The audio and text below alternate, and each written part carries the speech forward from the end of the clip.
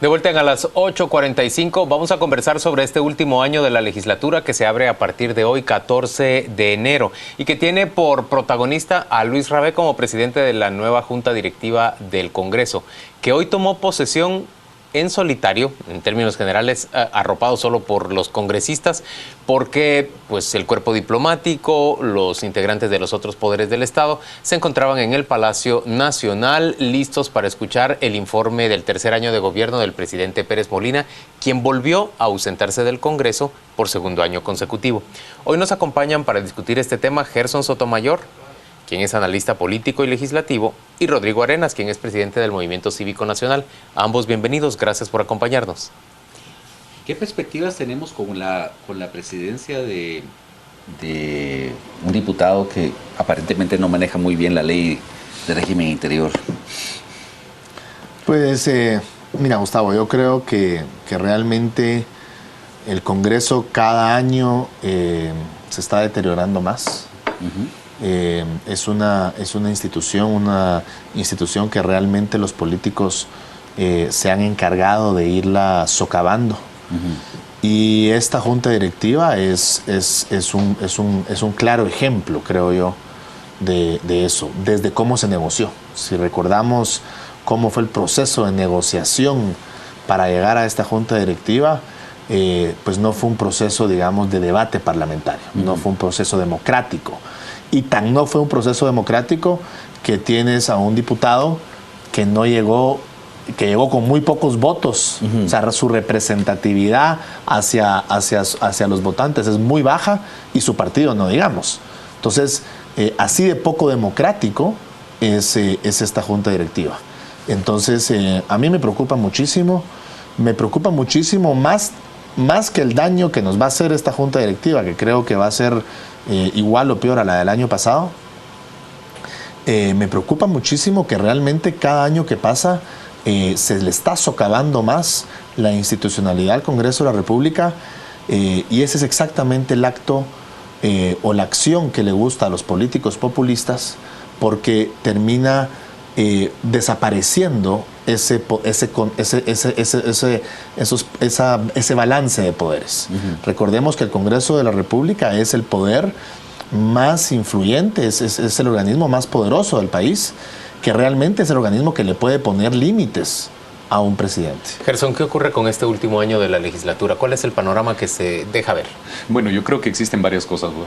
Creo que hay cosas positivas y cosas negativas que ver, y hay que verlo en un balance real.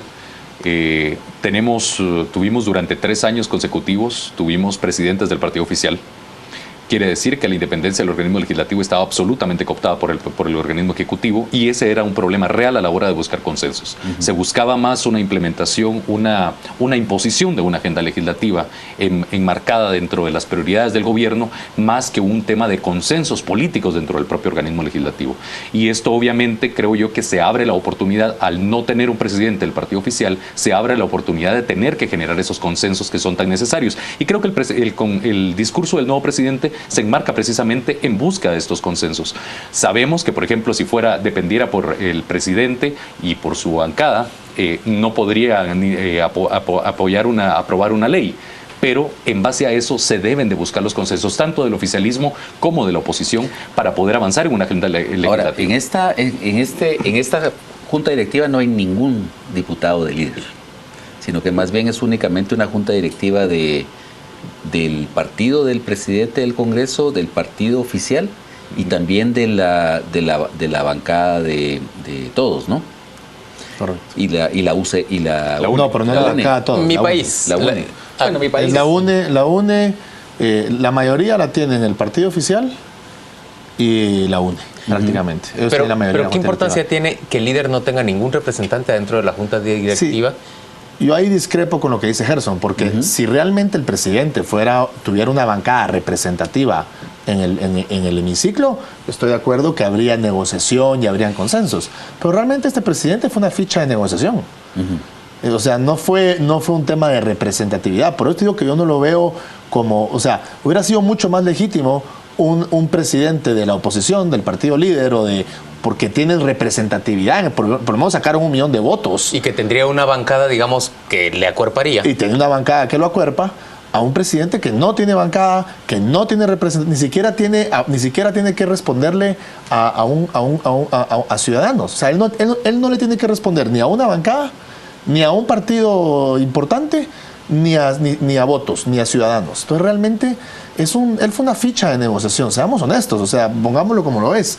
Y no veo que realmente vaya a ser, obviamente el discurso de consensos es un discurso que te lo han dicho todos los presidentes del Congreso que llegan, porque ninguno se va a atrever a decir que no va a hacer consensos en el Congreso, pues. Gerson Rabé va a poder ejercer un liderazgo que le permita, digamos, poner de acuerdo a las bancadas. Yo creo que ese es el gran reto, pero también es cierto que no necesariamente todos los presidentes que han tenido el Congreso en este periodo han gozado de legitimidad. Por ejemplo, vemos también como una ficha de negociación a Pedro Moade, aunque sea del partido oficial, como una ficha de negociación con el empresariado, digamos, con el capital tradicional del país. Entonces tampoco podemos decir que porque ser un presidente que no tiene una bancada no necesariamente pueda hacer un buen trabajo. Creo efectivamente que sí hay retos muy concretos que se pueden asumir y que son absolutamente necesarios. Creo, por ejemplo, la búsqueda de consensos sí es importante. ¿Por qué? Uno es el tema de la ley electoral y de partidos políticos, que creo que al no afectar este proceso eleccionario, sí puede haber alguna posibilidad política dentro del Congreso de poderse impulsar, porque efectivamente eso sí podría generar algún impacto en el caudal electoral de los propios partidos. Ahora, pero a pesar de que, por ejemplo, hay una oposición del grupo mayoritario que es líder a esa ley. Sí, yo creo que el líder, por ejemplo, ha mantenido una oposición constante durante todo el periodo al partido oficial. Obviamente hemos visto también cómo es que cuando hay necesidad de que se pongan de acuerdo, se ponen de acuerdo ellos dos y bueno, todo el Bueno, pero es que en el caso de la ley electoral tampoco es fruto de un proceso en el cual haya participado activamente el líder. Sí, ni el PP en mayor... El PP se mantuvo bastante al margen. Exacto. Yo te diría que... Es más un proyecto de todos. Y es un mensaje que no quiero dar en televisión, pero la verdad, porque es muy pesimista. Yo no veo... O sea, yo creo que la legislatura anterior al 2014 fue lo peor que he visto en mi vida. Y creo que la de 2015 va a ser igual de mala, en el sentido de que no creo que vaya a ser mucho peor, porque gracias a Dios los diputados van a estar haciendo campaña, entonces no van a tener tanto tiempo para hacernos tanto daño, porque hay veces que es mejor que no hagan nada, pero realmente creo que el presidente detrás de bambalinas va a ser Arístides Crespo. Yo creo que él va a ser realmente el operador político y el presidente del Congreso de verdad. Siendo vicepresidente. Siendo vicepresidente. Y eso yo creo que lo sabían perfectamente bien, tanto más que Jorge el partido Barrios oficial como el mismo Luis Rabé. O sea, yo creo que él mismo aceptó esa posición sabiendo que él iba a ser y que iba a ser presidente del Congreso, pues, y se va a poner su medallita, y no creo que vaya a ser mayor cosa. ¿Ustedes ven posibilidades, por ejemplo, de que se aprueben nuevas fuentes de financiamiento para el presupuesto? Yo creo que va a ser muy difícil, considerando el impacto electoral que pueda tener aprobar nueva deuda. Sí, yo no creo. Yo creo que el líder va a oponerse y va a trabar cualquier... Pero no deuda. Es decir, acordémonos también que al líder, líder se siente ya que va a gobernar. Sí, él cree que ya es... Entonces, no habría que descartar la posibilidad de un impuesto al licor, o del aumento del IVA al 15%, o de un nuevo impuesto a alguna otra cosa. Yo creo que hay dos retos concretos en este tema, y es uno, con buscar fuentes de financiamiento. Yo sí estoy de acuerdo que se debe buscar una agenda legislativa que promueva una mayor equidad fiscal. Es decir, en este país lo que ha movido... bueno, ese es el deber ser, pero digamos en la realidad. En la real política. En la real política creo yo que sí hay cuestiones que se pueden hacer. Obviamente, por ejemplo, no creo, va a ser muy difícil. Ojalá que tengamos esta junta directiva que pudiera asumir ese reto en los temas de transparencia. Por ejemplo, retirar el secreto fiscal, por ejemplo, para la SAT. El secreto bancario para la SAT, quitarlo es recaudar realmente lo que se tiene que recaudar. Pero eso no se ha logrado en 3 legislaturas consecutivas. Y difícilmente se va a lograr en un año electoral. Difícilmente se va a lograr.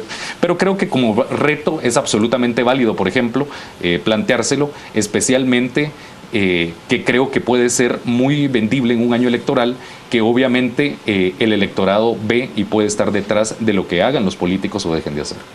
Entonces, ¿cuál es el mejor escenario que ve Rodrigo para este último año electoral? Para mí el mejor escenario, que no haga nada. que el Congreso se mantenga en la inacción. Y yo, de verdad. Por ejemplo, que se empantanen las interpelaciones. Por mí, hoy por hoy, te diría que lo mejor que puedo esperar de este Congreso del 2015 es que no hagan nada. El año pasado, si no hubieran hecho nada, hubiera sido mejor. O sea, date cuenta las leyes express que nos pasaron el año pasado. O sea, hoy por hoy, yo me atrevo a decirte que el Congreso únicamente, los diputados, únicamente se van a poner de acuerdo en aquellas cosas que les generen dinero para su campaña. Entonces yo prefiero que no hagan nada. O sea, yo de verdad creo, yo no veo ninguna posibilidad. Yo, en primer lugar, no veo que con esta clase política que tenemos hoy por hoy, exista la posibilidad de que hayan cambios estructurales importantes como la ley electoral y de partidos políticos. ¿Por qué razón? Porque el sistema hoy por hoy como está les conviene, viven de eso y viven maravillosamente bien y en una impunidad absoluta. Entonces realmente la clase política que tenemos hoy no le interesa ni le va a interesar jamás hacer un cambio estructural importante al sistema. Ahora, Gerson, año electoral, pero digamos, ¿qué propuestas de las que hay estancadas en la presa de proyectos electorales, de proyectos legislativos, pudieran sacarse con finalidad electoral? Yo creo que posiblemente hay dos grandes temas. Uno es, creo que el primordial es el tema de transparencia. Creo que el tema de transparencia puede salir. Existen ¿La ley del secreto bancario? La ley del secreto bancario, por la propia dinámica política de las bancadas mayoritarias, no creo que salga, porque es ahí donde más están las mayores trabas. Pero sí creo, por ejemplo, que pueden salir las reformas a la ley de probidad, que sí se están manejando de una forma, ya se está terminando de construir el dictamen y puede ser una de las iniciativas que vaya en agenda, la ley que genera el Sistema Nacional de Archivos Públicos, que es otra que genera transparencia, que viene como complementaria a la ley de acceso a la información pública, y que transparencia es un tema que no genera roces políticos. Ya. ¿Y la ley del servicio civil? Pero solo la ley de servicio civil definitivamente no. O sea, acuérdate que ¿cómo se dice? Ese mal manejo que tienen los políticos, sobre todo los diputados, de lo primero que ellos ofrecen son empleos. Entonces una ley de servicio civil bien hecha, una mal hecha probablemente sí, pero una bien hecha para un diputado común y corriente como los que tenemos ahorita, es un golpe fuertísimo, porque no podría estar dando la cantidad de empleos que da. Entonces, para un diputado distrital común y corriente como los que tenemos, te diría que la ley de servicio civil está en la última de sus prioridades. Y no estoy de acuerdo con Gerson en la ley de transparencia. O sea, la ley anticorrupción que logramos conjuntamente, porque Gerson también nos apoyó, en el 2012, tuvo una oposición de Padre y Señor nuestro, pues, o sea, una ley de transparencia que de verdad funcione. O sea, claro, leyes light y leyes que realmente le podemos poner el título que queramos, podemos poner la ley de no asesinatos, pues, si queremos, y pasamos una ley de que, yo qué sé, pero realmente leyes importantes para el país, yo no las veo factibles con este Congreso, y menos con esta directiva, y menos en un año electoral. O sea, puede ser que hagan cosas clientelares, que hagan cosas que crean ellos que se ven bien, pero que no sean buenas para el país. Por ejemplo, un presupuesto para el 2016. ¿Eso es viable?